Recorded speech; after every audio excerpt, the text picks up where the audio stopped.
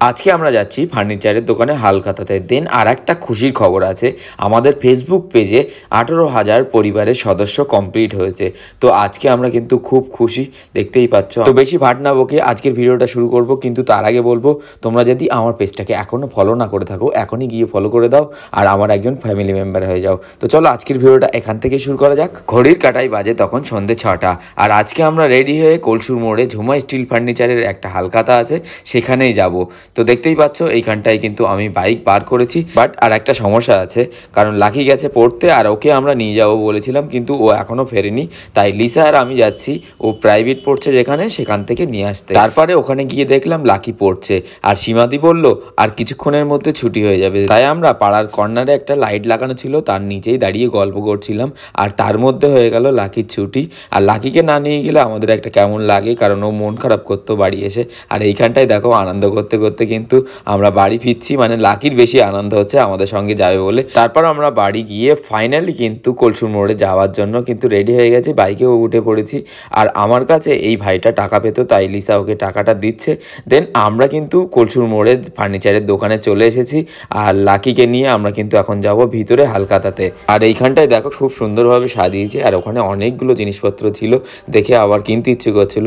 দেন আমরা কিন্তু একেবারে চলে গেলাম হালখাতার ওখানে। আর আমরা এর আগে অর্ডার কিনেছি, তোমরা তো সবাই জানো, আর সেখানে অল্প কিছু টাকা বাকি ছিল, সেটা এই মাসে দেওয়ার কথা ছিল, আর এর মধ্যে হালখাতা পড়ে গেছে।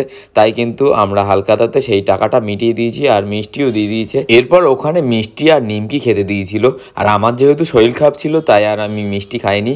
আর লাকি ওইখানটা খাওয়ার পরে কিন্তু আবার বলছিল ও আর একটা করে খাবে, কারণ ওর খিদে পেয়েছিল প্রচণ্ড, তাই ওকে আর একবার দিচ্ছিল আর ও কিন্তু লজ্জা পাচ্ছিল। দেন এখান থেকে বেরিয়ে আমরা কিন্তু যাব কেকের দোকানে, কারণ লিসা বলছিল ওকে পেস্ট্রি খাওয়াতে হবে, 18,000 ফলোয়ার হয়ে গেছে বলে।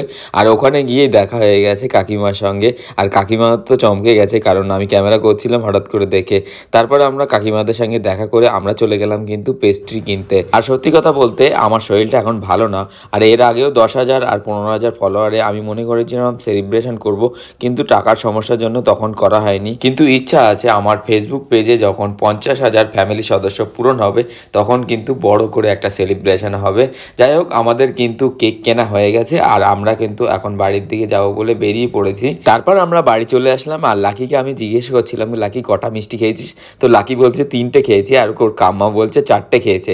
দেন আমরা কিন্তু তারপরে ওপরের দিকে চলে গেলাম, আর এখন আমরা কেকটা কাটবো, মানে ছোট্ট করে একটা সেলিব্রেশন হবে। এখানে 2টো কেক আছে, একটা লাকির জন্য নিয়েছি আর একটা কেক আমরা সেলিব্রেশন করব বলে, জাস্ট আমরা নিজেদের মধ্যে একটু আনন্দ করব, মজা করব বলে। আর এইখানটায় দেখো আমরা হাততালি দিচ্ছিলাম আর এখানটায় কেকটা কাটছিল। তো তোমরা আমাদেরকে এতটা সাপোর্ট করবে আমরা কখনোই ভাবতে পারিনি, এত কম সময়ে আমাদের পরিবারে 18,000 সদস্য হয়ে গেছে, আমরা তো বুঝতেই পারিনি। তো তোমরা আমাদেরকে এভাবেই সাপোর্ট করো, আশা করি আরও ভালো ভালো কন্টেন্ট দেবো। তারপর ওই কেকটা আমরা কিন্তু সবাই অল্প অল্প করে খেয়েছিলাম, আমার শরীর খারাপ ছিল বলে আমি বেশি একটা খাইনি। আর লিসা কিন্তু লাকিকে খাবিয়ে দিচ্ছে, দেখতে পাচ্ছ। আর এই কেকটা কিন্তু লাকির জন্য নেওয়া হয়েছিল, আর লাকির কেকটাও একটু খেয়ে দেখলো লিসা। তারপরে হালখাতাতে কি কি দিয়েছিল সেটা একটু দেখছিল, তো ওইখানটাই দিয়েছিল মিষ্টি। তো আজকের ভিডিওটা এখানে শেষ করছি, টাটা।